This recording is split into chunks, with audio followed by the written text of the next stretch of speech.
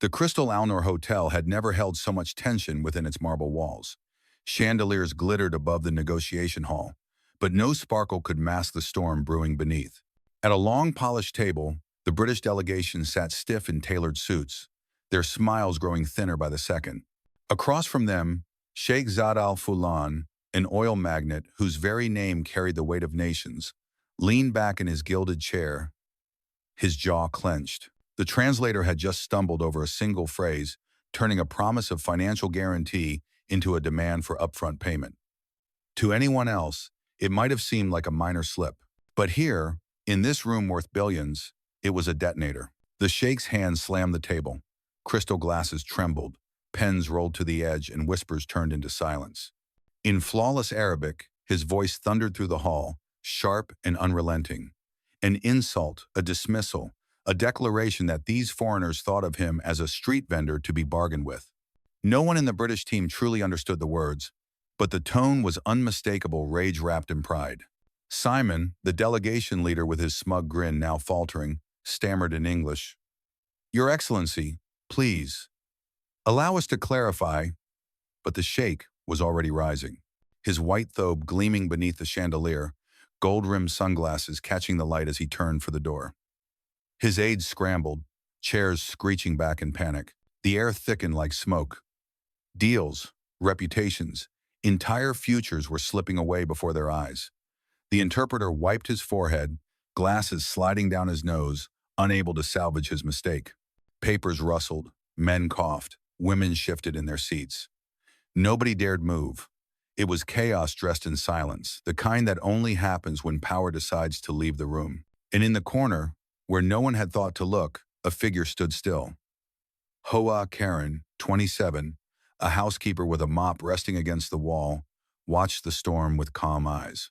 Her uniform was plain, her ponytail neat, her presence nearly invisible until now. As the sheikh reached the doorway, ready to end it all, she straightened, her hand brushing against her apron. For the first time, the room's attention would turn not to wealth, nor to titles, but to a voice no one expected. The sheikh's hand was already on the polished brass handle when it came the voice. Not loud, not desperate, but clear enough to cut through the static of panic. "Forgive them, Your Excellency." The words flowed in flawless Arabic, their rhythm carrying the respect of desert courts and the softness of someone who belonged. The room froze, heads snapping toward the sound. It was not the interpreter, whose hands still shook over his useless notes. It was not Simon, whose mouth hung half open. It was the housekeeper, Hoa Karen, stepping forward with her back straight and her eyes steady. Her voice was not adorned with grand theatrics, but it held something rarer: authenticity. "That is not what they meant. They wished only to assure you of fair partnership." Each syllable carried weight, and for the first time since the storm began, the hall fell into reverent silence. The sheikh stopped mid-stride, shoulders stiffening, and turned his head. His gaze, sharp as a falcon's, found the young woman standing with her hands clasped before her apron. "You speak my language?" His question was low, testing, as if daring her to stumble. Karen bowed slightly, her movements deliberate, respectful but not submissive.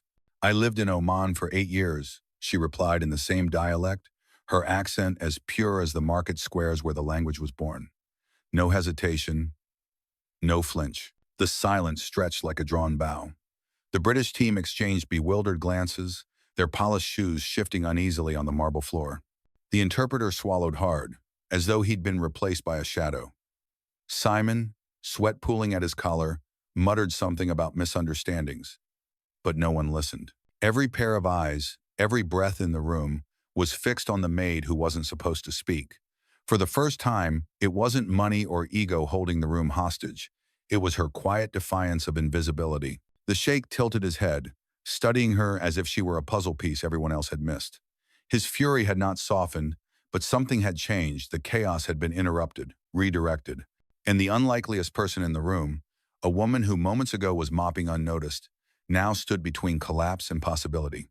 The spell of silence broke not with applause, but with laughter. From the far side of the table, Claire's sleek bob, designer scarf draped like armor, leaned toward her colleagues, her voice carrying sharp enough for everyone to hear. "Who let the cleaning lady in here? Does she think she belongs at the table?" The ripple of derision spread quickly. A man with a flashy watch chuckled, adding, "Maybe she's here to mop up our mistakes." The cruel joke rolled through the room, their laughter low but cutting, the kind that feeds on weakness. Karen's fingers tightened briefly against the hem of her apron. For a moment, her chest rose with a deep breath, but her face remained calm. She neither smiled nor winced. She simply shifted her stance, shoulders squared, as if the insult had passed through her but left no wound. Only her eyes flicked, meeting Claire's gaze for the briefest instant. "Intent matters," Karen murmured in Arabic, her voice low, almost a whisper. Claire's smirk faltered, her certainty wobbling as if she'd been addressed directly, though no one else understood the phrase. Before the tension could dissolve, the manager stormed in. Paul, hair slicked back, tie knotted like a noose of authority, cut across the silence with a hiss. His face was pale, jaw tight. He marched straight to Karen, gripping her arm with the impatience of a man embarrassed before powerful guests. "What are you doing?" His words sliced loud enough for all to hear. "You have no right to interfere. You're a housekeeper. You clean floors. You don't belong here." Karen did not pull away. She only bowed her head slightly, her expression composed, her silence deliberate. Around the table, some members of the British delegation shifted uncomfortably, their eyes darting to their papers, their shoes, their phones, anywhere but at her humiliation. The interpreter looked down at his trembling notes. The Sheikh, however, remained motionless, arms crossed, eyes unreadable. Paul jabbed his finger toward the door. "Leave, now." Karen released a slow breath, nodded once, and walked toward the exit. Her steps were unhurried, deliberate, her dignity intact, though the room reeked of scorn. The mop stayed propped against the wall, a quiet witness to what had just unfolded. Karen had almost reached the doorway when a voice rose behind her, not Paul's, not Simon's, but the Sheikh's. Low, steady, final. "Let her stay." The words carried more weight than any insult spoken earlier. Paul froze mid-step, his jaw tightening, but he dared not challenge it. Simon blinked, confused, searching for the right diplomatic smile. The interpreter sat stiff as stone, clutching his notes like a shield. The Sheikh repeated, slower this time, "She will translate." One of his aides quickly pulled out a chair. The scrape of wood against marble echoed like thunder. Karen turned back, her expression calm, her bow small but deliberate. She crossed the room, the eyes of every delegate following her, not with welcome but with disbelief. When she sat, she did not slump or fidget. She placed her notebook neatly before her, uncapped her pen, and waited. The negotiations resumed hesitantly, Simon clearing his throat, offering another proposal. Karen listened, her hand moving swiftly yet precisely across the page. When she spoke, her Arabic was fluid, every phrase chosen with care. She did not merely translate words. She conveyed nuance, tone, intent, the layers hidden between syllables. Where the interpreter had stumbled, Karen smoothed the path. Where the British phrasing had sounded transactional, she breathed dignity into their promises. The Sheikh's gaze lingered on her as she worked. His expression revealed little, but his silence was telling. Each time Karen spoke, his posture softened a fraction, the storm in his eyes dimming to measured focus. Across the table, Claire tried again. Her laugh was brittle, sharp. "How quaint." A maid playing diplomat. A few chuckled weakly, though less confident this time. Karen did not rise to it. She simply finished her translation, then turned her gaze briefly toward Claire, her tone calm yet resonant. "Depth isn't measured by titles." The words, delivered in Arabic for the Sheikh, but sharp enough in tone for all to sense, silenced the room. Claire's smile faltered, her fingers tugging at her scarf. Even those who had snickered earlier found their throats dry. Karen returned to her notebook, as though nothing had happened. The pages filled steadily, her pen never pausing, her voice bridging worlds with quiet precision. And slowly, almost imperceptibly, the air shifted.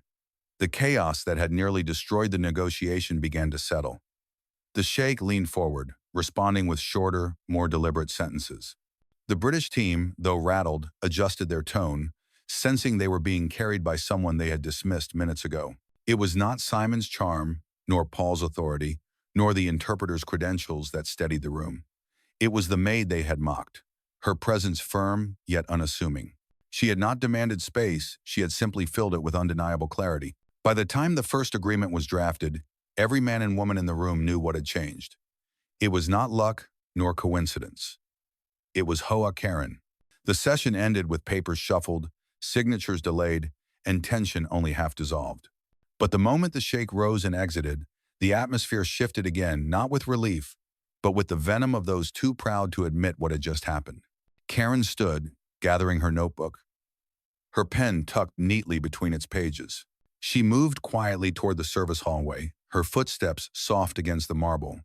That was when the voices began. In the narrow corridor, a group of kitchen staff leaned against carts, their aprons stained, their laughter too loud. A burly chef waved his ladle like a scepter. "Look, it's the maid who thinks she's a minister now," he jeered, his words dripping with mockery. Another tossed a damp rag toward her feet. "What's next? You'll be running the hotel?" Their laughter rolled like a cruel tide, echoing off the tiled walls. Karen paused. She bent down, picked up the rag, folded it neatly, and placed it on the cart. Then she looked at them, eyes steady, voice soft but cutting. "Work doesn't need a title." The chef's laugh faltered, the ladle lowering as the others shifted uneasily, their smirks breaking apart. Karen turned and continued down the hall, leaving behind silence heavier than their mockery. In the grand lobby, a cluster of wealthy guests lounged with champagne flutes, jewels glittering beneath crystal lights. A woman in a fur stole tilted her head, her voice pitched to Carrie. "Isn't that the maid who fancied herself a diplomat?" The group laughed, glass stems clinking. A man in a loud tie called after her, "Stick to the mop, sweetheart." Karen slowed, her bag slung across her shoulder. She turned just enough to meet the man's gaze, her voice calm, her tone precise. "A mop cleans floors. What cleans arrogance?" The words struck like a bell in a silent church. The man's grin froze, his glass stalled midair. The laughter died. One by one, eyes dropped, their power scattered. Karen walked on, the revolving doors swallowing her steady stride. Outside, the desert heat pressed down, but Karen's pace never wavered. She passed the row of valets, young men leaning on polished cars. One smirked, calling out, "So, the maid speaks Arabic now. Think you're a hero?" Their laughter flared, brittle, designed to sting. Karen paused, turning slightly, her eyes calm, yet piercing. Heroes don't mock the hands that clean their path. The smirk vanished. The laughter cracked and fell into silence. She adjusted her bag, the notebook pressing against her hip, and walked on. Every step she took, from the gilded halls to the blistering heat outside, was not just departure, it was testimony. They had tried to reduce her to rags, but she carried dignity like a crown, invisible yet undeniable. By the following evening, the Crystal Alnor Hotel buzzed with gossip. Staff whispered in corners, guests passed rumors over glasses of wine, and Paul stormed through the lobby with his tie pulled too tight, his pride wounded raw. Karen, however, had slipped back into her quiet rhythm, mopping hallways, changing linens, folding towels with the same meticulous care as before. To her, the storm belonged to others. She still had work to do. Then the message arrived.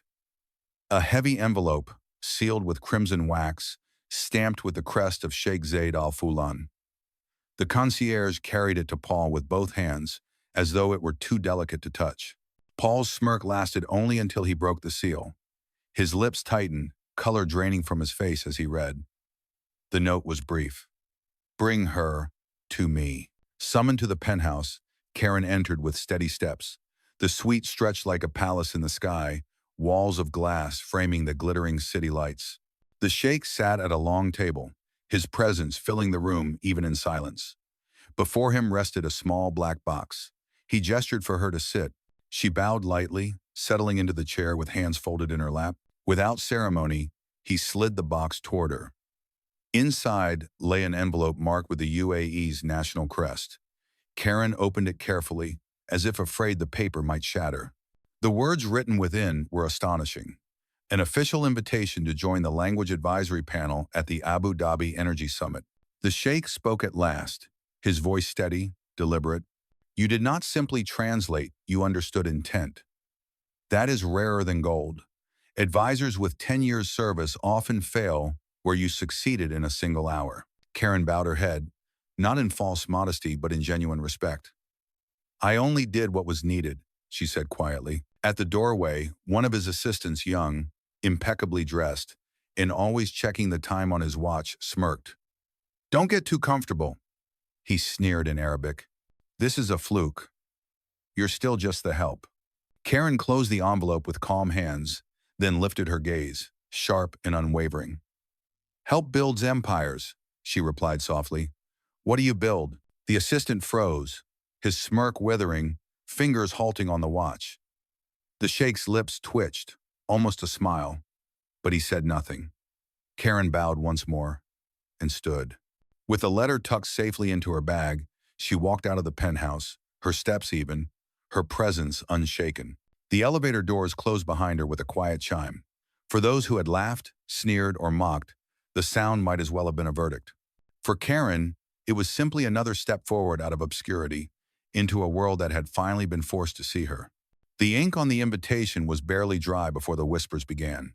In the hotel break room, clerks and receptionists leaned over paper cups of coffee, their words sharp and sugary. Tara, a front desk clerk with too much perfume and an even louder smile, smirked as she adjusted her hair in the mirror. She's not even that pretty, she said, her tone dripping envy. Must have caught the sheikh's eye. That's all it took. A colleague with gelled hair and a booming laugh chimed in. Or maybe she batted her lashes at the right time. Luck, not talent. Their laughter filled the small room, each word echoing with malice. By evening, the gossip had slipped beyond the hotel walls. A tabloid headline appeared online. A wink that changed her life at a Dubai hotel. The story painted Karen not as a professional, but as a woman who had stumbled upward through charm. Her phone buzzed endlessly with messages from acquaintances she hadn't heard from in years. Really, Karen? That's how you got ahead? One sneered. Another simply wrote, Lucky break. Karen read them in silence. She deleted the apps, shut down her accounts, and placed the phone face down on her desk. The noise of the world could roar as loudly as it wanted. Her notebook remained, its pages waiting. She opened it, pen scratching steadily, new columns of vocabulary filling the lines. Farsi, Turkish, Mandarin. While others wasted breath on rumors, she built something lasting. Back in her hometown, her relatives gathered at her aunt's kitchen table, the air thick with burnt toast and the skepticism of small minds. Her cousin Jenna leaned back, nails tapping against a chipped mug. You just got lucky, Karen. Right place, right time, that's all. Her uncle, cap pulled low, nodded. Don't get cocky. A hotel maid doesn't suddenly turn into an advisor. That's not how the world works. Karen only smiled faintly, hands wrapped around her coffee mug. She didn't argue, didn't explain. To defend herself would be to grant their doubts authority. Later, on the flight back to Abu Dhabi, she reopened her notebook. Across the aisle, a young Egyptian boy chattered to his mother in classical Arabic, his words bright and musical. Karen leaned over, spoke to him gently in the same register, and his laughter filled the cabin like birdsong. The mother's eyes welled with tears. Thank you, she whispered. Karen simply nodded, returning to her notes. The rumors grew louder in Dubai, the shadows of envy stretching long. But Karen never chased them, never fought them. She let whispers fade on their own, while her silence spoke louder. For those who doubted, she had no rebuttal. For herself, she had only one truth. Work endures where gossip burns out. The OPEC summit was unlike anything Karen had faced before. The conference hall was a cathedral of power-vaulted ceilings, flags of nations, polished oak tables that had heard 1,000 bargains whispered into their grain. Cameras lined the walls, their lenses sharp and unblinking, waiting for the smallest falter to magnify into scandal. Delegations from every oil-rich nation sat like monarchs, their entourages fanning out in precise rows. It was a world of authority, sharp suits, and colder stares. And into this theater walked Hoa Karen. She did not wear jewels, nor silks, nor even the armor of cosmetics. Her dress was plain black, her hair tied back as always, her notebook tucked neatly under her arm. To many, she looked like a servant who had wandered into the wrong room. But when she took her seat at the head of the table as chief interpreter, the murmur of whispers spread like a shockwave. Reporters pounced during the first break. One shoved a microphone too close. His question baited with disdain. How does a hotel maid rise to this position? Surely there's more to the story. Karen met his gaze, calm and unflinching. I never saw that job as beneath me, she said softly, her voice carrying in the hush that followed. Wherever language exists, there is value. The words silenced the press pit. Pens stopped, cameras refocused, as though even the cynics had not expected such an answer. When the summit resumed, Karen opened her notebook, her pen moving with quiet certainty. Delegates spoke, voices rising, tones shifting from clipped negotiation to veiled threats. She translated it all, not only the literal words, but the intent behind them, the cultural shadows hidden within pauses and inflections. Her Arabic flowed like water, her English precise as a blade. She was not merely a conduit, she was a bridge, carrying meaning intact across chasms that had swallowed others whole. The British team sat uneasy at the far side. Simon, once smug, now kept his eyes lowered. Claire fidgeted with her scarf, her sharp comments swallowed back, for they all knew what the Sheikh himself soon made undeniable. At the closing session, Sheikh Zaid rose, his voice firm, his words measured. Karen is not simply an interpreter, he declared. She is my senior advisor. She is the reason I will invest $2 billion in the United States. The hall erupted in murmurs, pens scratching furiously, cameras flashing like lightning. But Karen sat, as she always did, composed, notebook before her, pen steady in hand. She did not bask in the recognition. She only turned the page, ready for what came next. Because for Karen, the summit was not a coronation.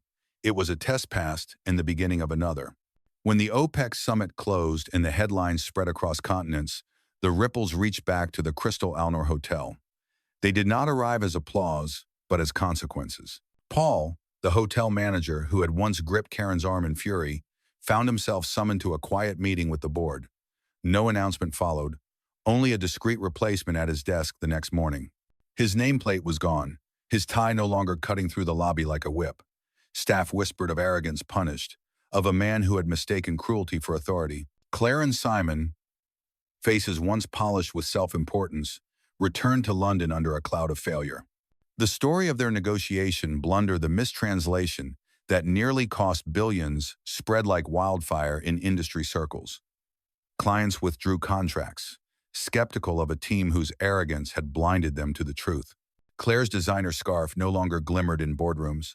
Simon's smile no longer charmed investors.